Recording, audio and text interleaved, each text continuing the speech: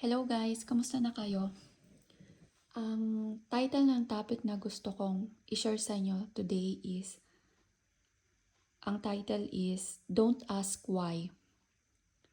Sa John 13:7, sumagot si Jesus, hindi mo naiintindihan ang ginagawa ko ngayon, pero maiintindihan mo rin ito sa bandang huli. Sometimes, may mga event na nangyayari sa buhay natin na nalilito tayo kasi hindi natin magets yung plano ng Diyos. May mga bagay na pine-permit niyang mangyari na kahit bali-balik ta rin natin ang utak natin para isipin kung bakit nangyayari sa atin to, hindi natin maisip kung ano ang dahilan. Kaya tinatanong natin ang Diyos kung bakit. Ano ang plano niya? Para maintindihan natin ang sitwasyon. So, nagpe-pray tayo na ipaintindi sa atin, no, kung bakit. And sometimes, nagagalit tayo sa Diyos kapag walang sagot sa mga tanong natin. And na-realize ko na it's very inappropriate behavior. Kasi, first of all, He is God. Hindi siya obligado na sabihin ang mga plano niya. Like I said, we're like soldier of God. 'Di ba ang isang soldier, kapag may inutos ang commander, ang sagot lang niya ay, "Sir, yes, sir." Walang tanong-tanong, 'di ba? Oo lang siya ng oo. So, dapat ganun din tayo sa Diyos, no? Second, He is a teacher. And since na kilala tayo ng Diyos, alam niya kung ano ang right lecture for us para maintindihan natin yung mga bagay na want niyang ipaunawa sa atin. Kaya kumbaga, kailangan nating maging faithful sa Kanya, no?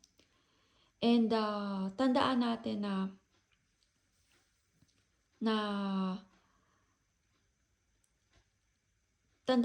na God's wisdom is very deep and so expansive.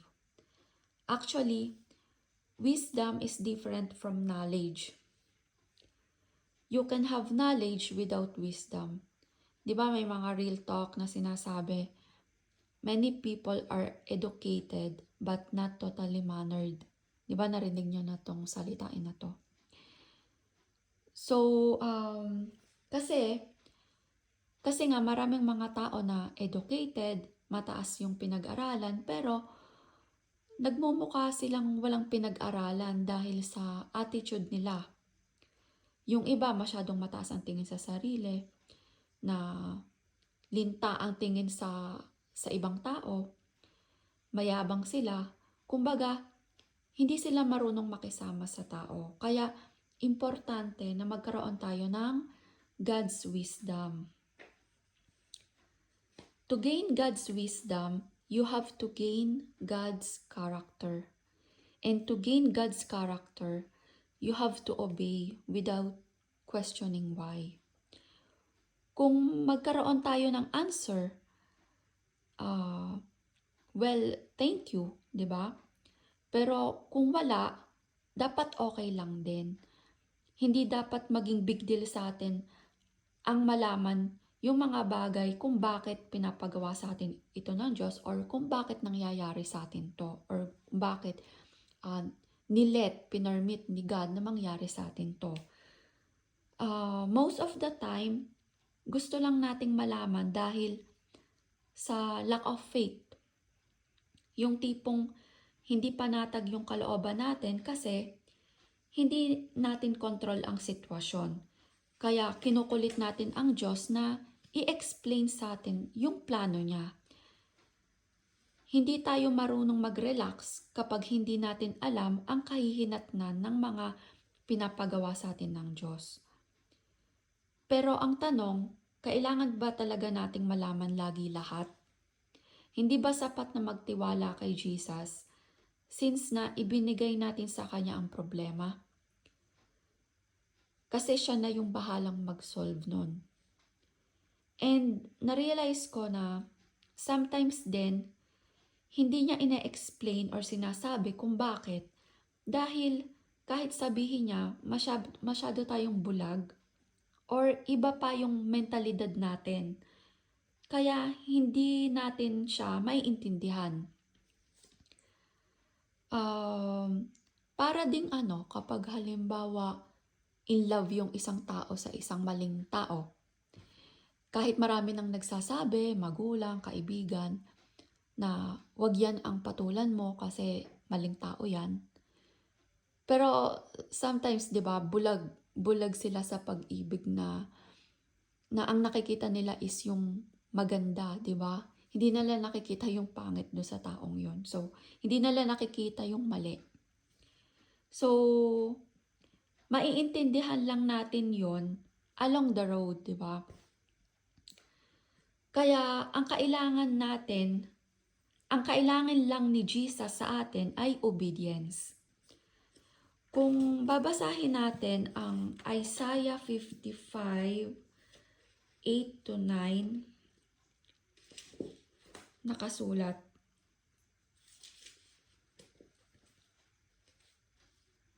Sinabi ng Panginoon, ang pag-iisip ko ay hindi katulad ng pag-iisip ninyo, at ang pamamaraan ko ay hindi katulad ng pamamaraan ninyo. Kung gaano kalayo ang langit sa lupa, ganoon din kalayo ang aking pamamaraan at pag-iisip kaysa sa inyo. So, ayun, sometimes sa utak natin, ayun yung tamang desisyon, no? Yung tamang paraan. Pero para sa Diyos, hindi. Kaya napaka-importante ang obedience with faith. Sumunod ka kasi nagtitiwala ka. Sumusunod ka kasi nagtitiwala ka at naniniwala sa Diyos.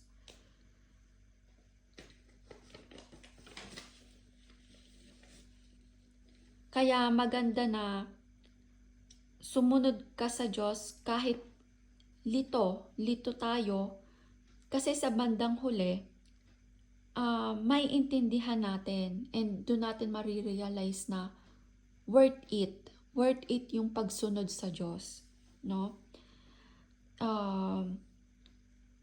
Kumbaga meron tayong mga ngiti sa labi kasi may bunga yung paghihirap natin. Hindi yung nag-disobey tayo tapos sa bandang huli, maiintindihan natin, pero too late. Napakasakit nun, di ba? Kasi hindi mo na pwedeng ibalik ang panahon. Kaya naiintindihan ko yung sinabi ng pastor namin, yung turo sa amin ng pastor namin namatay. Na lagi kasi niyang tinuturo sa amin na pag sinabing what is faith, dapat daw ang laging sagot is faith is obedience. Kaya ako laging pag tinanong what is faith, parang ako faith is obedience, parang gano'n agad ako, no? So parang ang dali lang, 'di ba? Pero kung iisipin mo, pag nadong ka sa point na hindi mo gusto yung pinapagawa sa iyo ng Diyos, doon ka talaga ma-challenge na kailangan mo talagang i-obey si God kahit hindi mo gusto yung pinapagawa niya.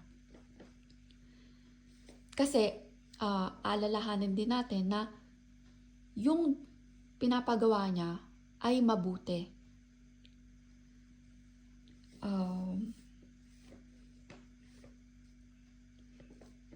So, ayun. Sometimes, may mga bagay na hindi natin naiintindihan, naguguluhan tayo, pero obedience is the key. Sumunod ka lang without questioning why.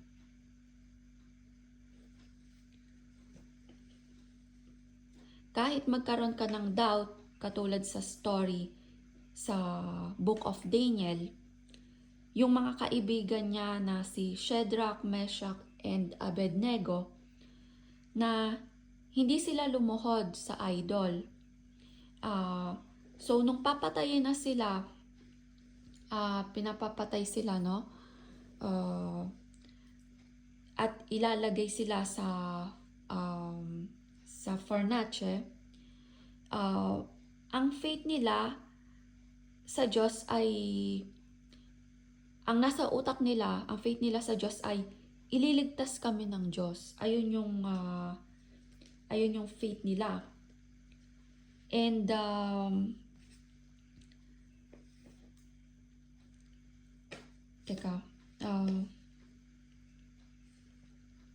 pero nagkaroon sila ng konting doubt. Kasi nga, yung tipong ilalagay na talagang e-enter na sila dun sa fornace, dun sila nagkaroon ng doubt na yung tipong ililigtas ba kami o hindi. Parang gano'n, no? Pero ano yung sinabi nila? Basahin natin ang Daniel 3, verse 17 to 18. Kung talaga pong ganyan ang mangyayari, ililigtas kami ng Diyos na aming pinaglilingkuran mula sa naglalagablab na hurno. Ililigtas niya kami mula sa inyong mga kamay. Pero kung hindi man, so ayun yung doubt, no? Pero kung hindi man niya kami iligtas, gusto naming malaman mo na hindi pa rin kami maglilingkod sa inyong mga Diyos at sasamba sa ribultong ginto na ipinatayo ninyo. So napakaganda nito kasi kumbaga dito hindi nila tinalikuran ang Diyos, di ba? Kung babasahin natin ang 1 Corinthians 15:58, hanapin ko lang.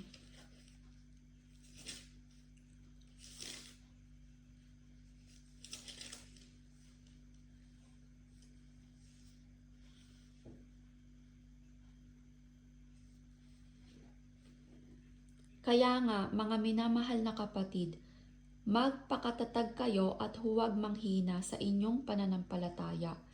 Magpakasipag kayo sa gawaing ibinigay sa inyo ng Panginoon. Dahil alam ninyo na hindi masasayang ang mga paghihirap ninyo para sa Kanya.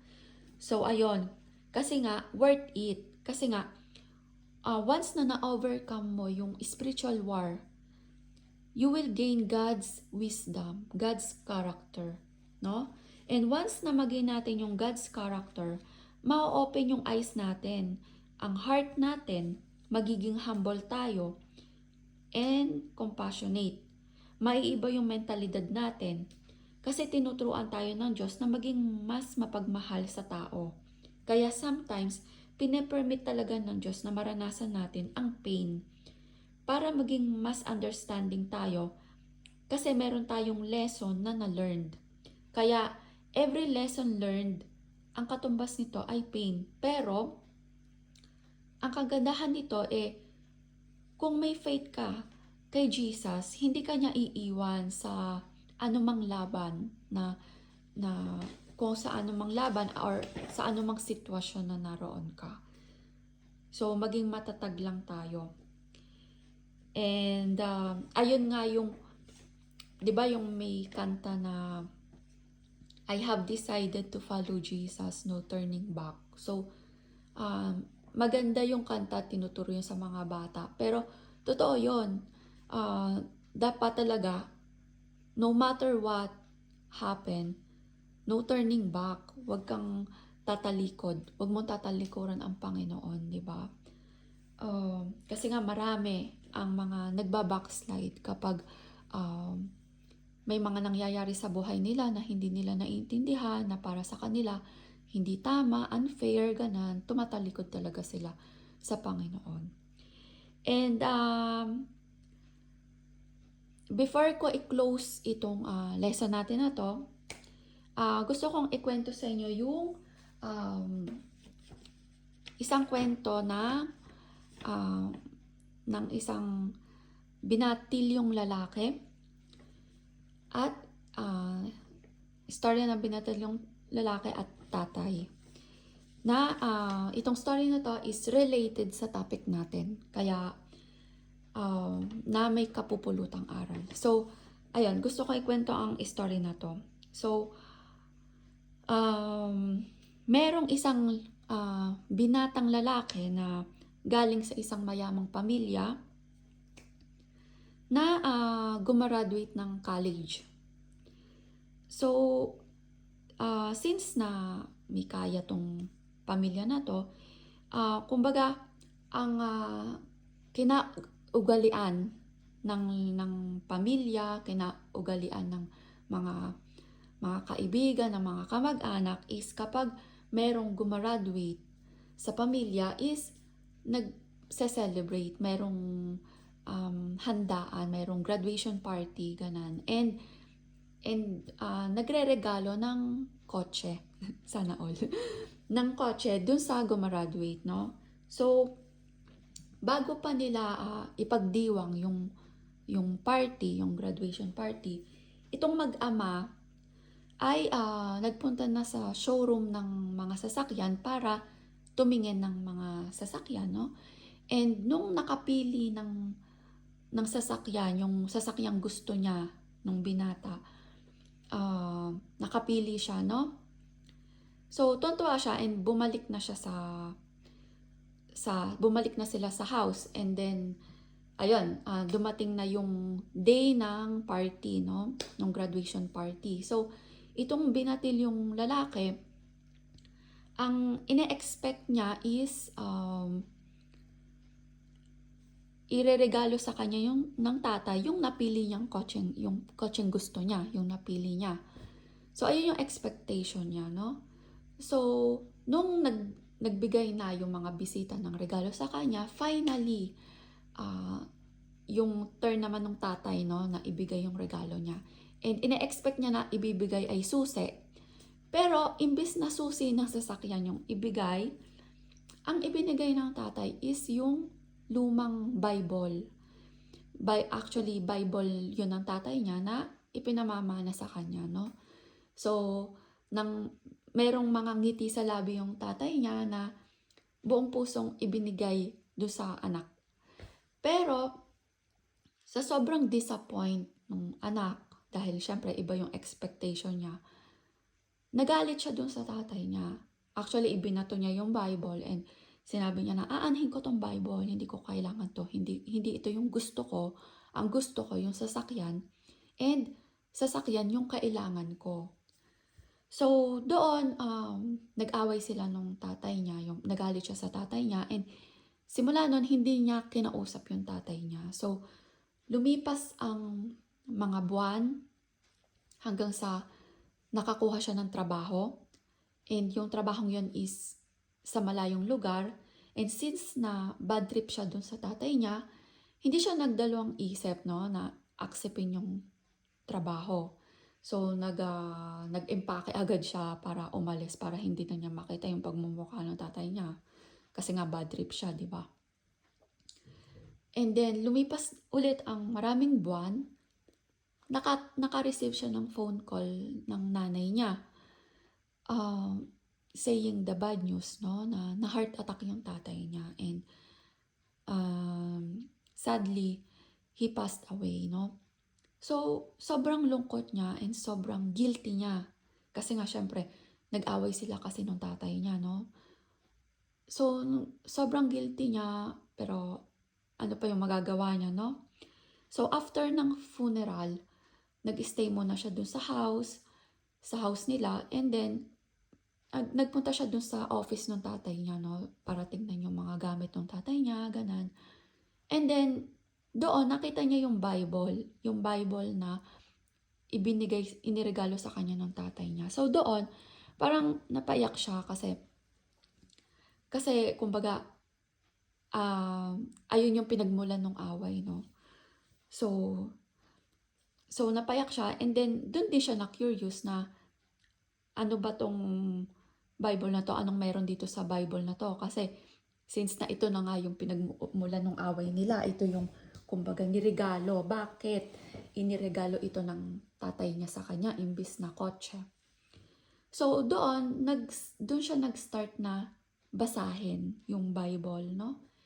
And ayun, nung nag-start siya na basahin ito, habang tumatagal na naging routine na niya na basahin lagi itong Bible na 'to, habang tumatagal, do'n niya nare-realize kung gaano kaimportante si Jesus sa buhay ng mga tao, 'no? And do'n niya na-realize kung gaano kaimportante ang salvation, and do'n niya rin na-realize kung ano yung gustong mangyari nung tatay niya na kumbaga para sa kanya ang importante is material na bagay, para sa tatay niya ang importante is yung salvation niya. And nung, kumbaga napamahal na siya, yung napamahal na kumbaga napamahal na siya kay Jesus, 'no? Do'n niya na-realize na importante si Jesus sa buhay niya, gano'n. Do'n siya yung kumbaga napaiyak, 'no?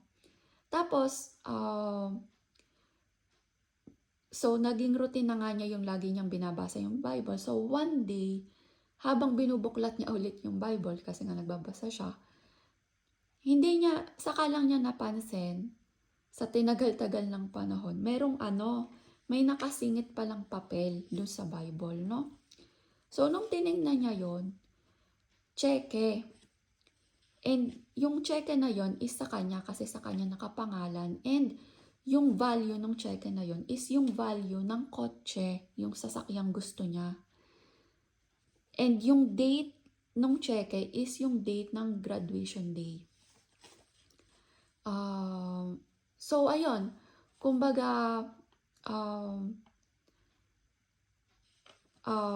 yung ano pala, yung date is yung date ng graduation party, yung graduation party, no? So, ayun.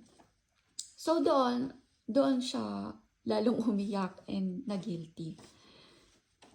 So, ayun, kumbaga, related din ito sa ating topic, no? Na dito sa kwento na to is, siguro itong binatilyong lalaki is nag-question din sa sarili niya, do sa tatay niya na, bakit itong Bible at hindi kotse, di ba?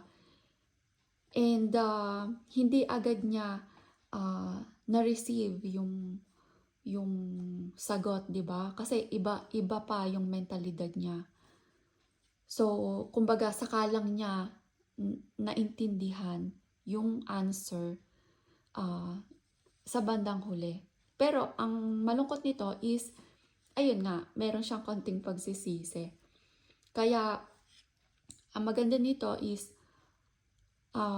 kapag tayo ay dumanas ng